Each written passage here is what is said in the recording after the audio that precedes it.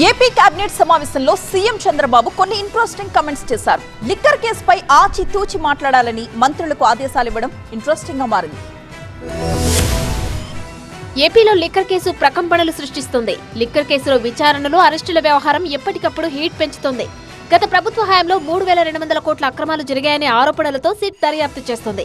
ఇప్పటికే పలువురు ప్రముఖులను సైతం సిట్ అధికారులు అరెస్టు చేశారు.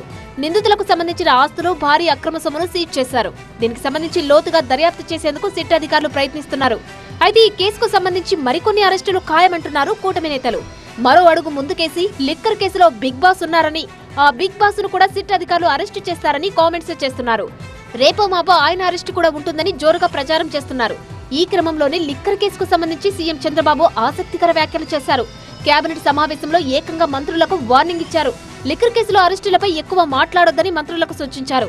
దర్యాప్తులో వెల్లడి అంశాల ఆధారంగా విచారణ ప్రక్రియ, అరెస్టులు ఉంటాయని సీఎం చంద్రబాబు తెలిపారు. నేతలతో పాటు మంత్రులు కూడా అతిగా స్పందించవద్దని, ఏది పడితే అది మాట్లాడొద్దని, తప్పనిసరి పరిస్థితులలో ఆచితూచి మాత్రమే రియాక్ట్ కావాలని ఆదేశించారు.